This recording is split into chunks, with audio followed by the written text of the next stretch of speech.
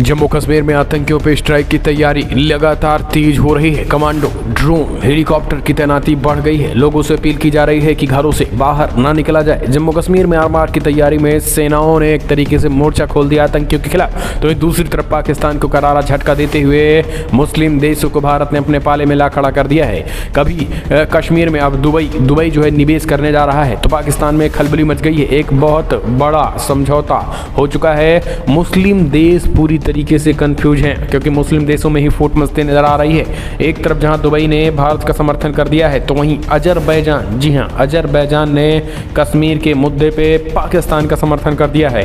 तो दोस्तों, कुछ एक खबरें निकल के आ रही हैं जम्मू कश्मीर को लेकर, और भारतीय सेनाओं की तैयारी के बीच जो रणनीति निकल के आई वो हम आपको बताएंगे। लेकिन उससे पहले एक छोटा सा निवेदन, अगर आपने चैनल को अभी तक सब्सक्राइब नहीं किया तो पल पल के अपडेट के लिए चैनल को सब्सक्राइब करना न भूले। दरअसल पहली बड़ी जो अपडेट निकल के आ रही है, तो दोस्तों जम्मू कश्मीर में आतंकियों पर स्ट्राइक की तैयारी, कमांडो, ड्रोन और हेलीकॉप्टर की तैनाती, लोगों से घरों में रहने की अपील कर दी गई है, यानी घरों से बाहर ना निकले लोग। ये कोई बड़े एक्शन और बड़े आर पार आतंकियों पर अंतिम प्रहार की तैयारी में है सेनाएं। जी हाँ, दरअसल सेना प्रमुख जनरल मनोज मुकुंद नरवणे के 2 दिवसीय जम्मू कश्मीर के खत्म होने के उनके दिल्ली लौटने के बाद सेना ने जवानों ने भट्टा और दुर्रियां और आसमान के जंगलों में छिपे संदिग्ध आतंकवादियों पर अंतिम हमले की तैयारी शुरू कर दी है। ये संदिग्ध आतंकवादी पुंछ जिले के मेंढर में जंगलों में छिपे हैं। इस बीच सेना के एक वरिष्ठ अधिकारी ने कहा है कि उन्हें स्थानीय ग्रामीणों से अपील की है कि वो अपने घरों को लौट जाएं और घर के अंदर रहें, ताकि आतंकवादियों के खिलाफ चल रहे अभियान के दौरान नागरिकों को किसी भी तरीके से के नुकसान से बचाया जा सके। इस बारे में जानकारी देते हुए ग्रामीणों ने बताया है कि मस्जिदों के लाउडस्पीकरों से अपील की गई है कि उनसे कहा गया है कि वे जो भी काम कर रहे हैं उसे छोड़ दें और अपने बच्चों और मवेशियों के साथ तुरंत अपने घरों को लौट जाएं। आतंकवादियों का शिकार करने के लिए सेना ने जंगल के इलाकों को पूरी तरीके से रोशन करने के लिए रोशनी वाले बम लगाए गए हैं। साथ ही पैरा कमांडो, ड्रोन और एक हेलीकॉप्टर तैनात कर दिए गए हैं। पुलिस और सेना ने इलाके की घेराबंदी कर दी है, ताकि कोई आतंकवादी भाग ना सके। सूत्रों ने बताया है कि शनिवार सुबह से ही आतंकवादियों का कुछ पता नहीं चला। भारतीय सैनिक जंगल के अंदर सट्टा आग से जूझ रहे हैं। उन्होंने स्वीकार किया है कि हवाई निगरानी के बावजूद अभी तक आतंकवादियों को कुछ पता नहीं चला है। सेना ने अधिकारियों ने बताया है कि फिलहाल भट्टा, दूरियां और आसपास के क्षेत्रों में स्थानीय मस्जिदों से मुनादी कर लोगों को सतर्क और घरों में रहने के लिए कहा जा रहा है। इसी बीच आपको बता दें कि सुरक्षा बल लगातार एक तरीके से आतंकियों के खिलाफ अंतिम वार की तैयारी कर रहे हैं, जो पुंछ जिले के मेंढर में वन क्षेत्र में छिपे हो सकते हैं। अधिकारियों के अनुसार लोगों से वन क्षेत्र में नहीं जाने और अभियान के मद्देनजर अपने मवेशियों को भी घरों में रहने को कहा गया है। अधिकारियों ने बताया है कि बाहर गए लोगों को मवेशियों के साथ घर लौटने को कहा गया है। पुंछ के सुनरकोट इलाके में 11 अक्टूबर को शुरू हुई मुठभेड़ में एक जेसीओ सहित 5 सैन्यकर्मी मारे गए हैं। तो ये पूरी तरीके से एक्शन है। इस बीच सेना प्रमुख जनरल MM नरवणे सुरक्षा स्थिति की समीक्षा के लिए जम्मू कश्मीर के 2 दिवसीय दौरे पर गए थे।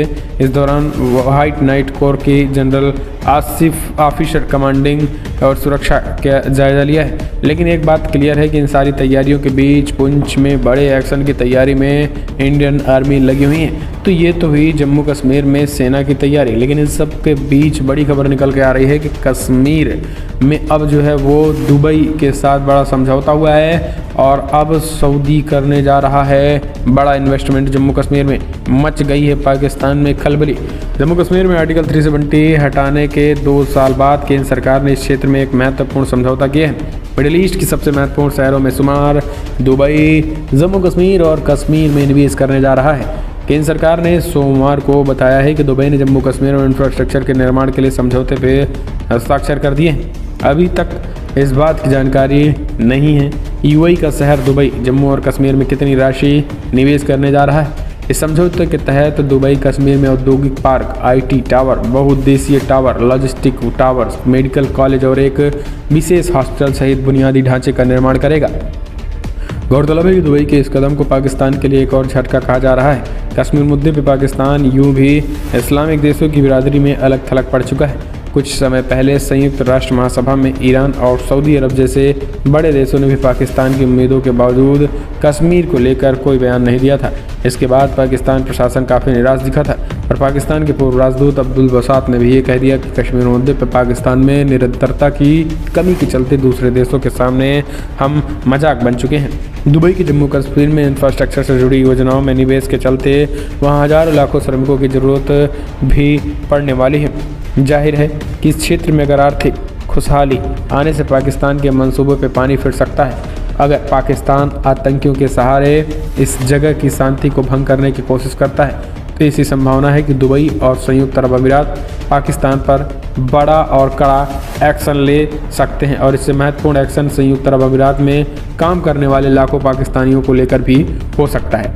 तो दोस्तों, भारत की कूटनीति में पूरी तरीके से पाकिस्तान फंसता नजर आ रहा है। यानी एक तरीके से मुस्लिम देशों के ही भारी भरकम निवेश को जम्मू कश्मीर में ले जाया जा रहा है ताकि पाकिस्तान प्रायोजित जो आतंकवादी हैं वो जो हमले कर रहे हैं उनको रोका जा सके। एक तरीके से जब मुस्लिम देश यहाँ पे निवेश करेंगे तो ये कहीं ना कहीं एक तरीके से उन पर हमला करना ये पाकिस्तान के लिए ठीक नहीं होगा, क्योंकि उन पर हमला करना मतलब यूएई सऊदी अरब पर हमला करना होगा और अगर यूएई सऊदी अरब पर हमला करना मतलब कि पाकिस्तान के जितने भी कर्मचारी हैं तो फिर उन पर बनाएगी।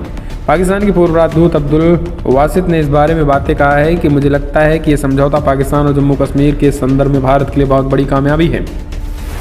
ओआईसी यानी 57 देशों का मुस्लिम संगठन इस्लामिक सहयोग संगठन के देशों ने अब तक पाकिस्तान को लेकर सामान्य रवैया रखा है और इनमें कभी भी पाकिस्तान को लेकर पुरजोर समर्थन तो नहीं दिखाया और कभी पाकिस्तान को लेकर नकारात्मक रवैया भी अख्तियार नहीं किया।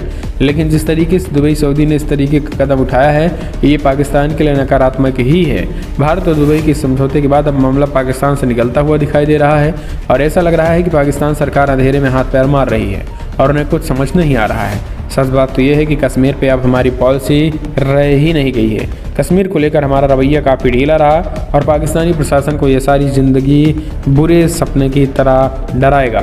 अब्दुल बाशित ने कहा है कि पाकिस्तान की पूर्व सरकारों को इसी मामले में दोषी ठहराया जा सकता है। ऐसा नहीं है कि कश्मीर को लेकर एक समाधान नहीं निकाला जा सकता है, लेकिन इच्छा शक्ति की कमी है। क्या कश्मीर को लेकर भारत को हर बात मान ली जाएगी भारत की? अगर ऐसा है तो आने वाले दिनों में वहां ईरान या दूसरे इस्लामिक देशों का निवेश भी हो जाए तो हैरानी की बात नहीं होगी। कोई रणनीति हमारी नहीं है। तो ये पाकिस्तान का जो रवैया और पाकिस्तान के जो रणनीतिकार हैं वो इनका मानना है कि फ़िलहाल भारत ने एक तरीके से बहुत बड़ी कामयाबी है भारत के लिए इस्लामिक सहयोग संगठन यानी ओआईसी में ही फूट कर दिया है, यूआईसी को ही फोड़ दिया है और सऊदी को जिस तरीके से जम्मू कश्मीर ले जा रहा है वो अपने आप में भारत के लिए बड़ी जीत है। लेकिन इस बीच आपको बता दें तुर्की के बाद अब अजरबैजान जो है वो पाकिस्तान के साथ कश्मीर के मुद्दे पे आ खड़ा हुआ है। अजरबैजान के राजदूत खजर फहारदेव ने कहा है कि उनके देश संयुक्त राष्ट्र के प्रस्तावों के अनुरूप कश्मीर मुद्दे पे पाकिस्तान का खुलकर समर्थन करता है। उन्होंने कहा कि अजरबैजान यूएन के प्रस्तावों के अनुसार कश्मीर मुद्दे पे पूरी तरीके से पाकिस्तान के साथ है और पाकिस्तान ने अजरबैजान की अखंडता से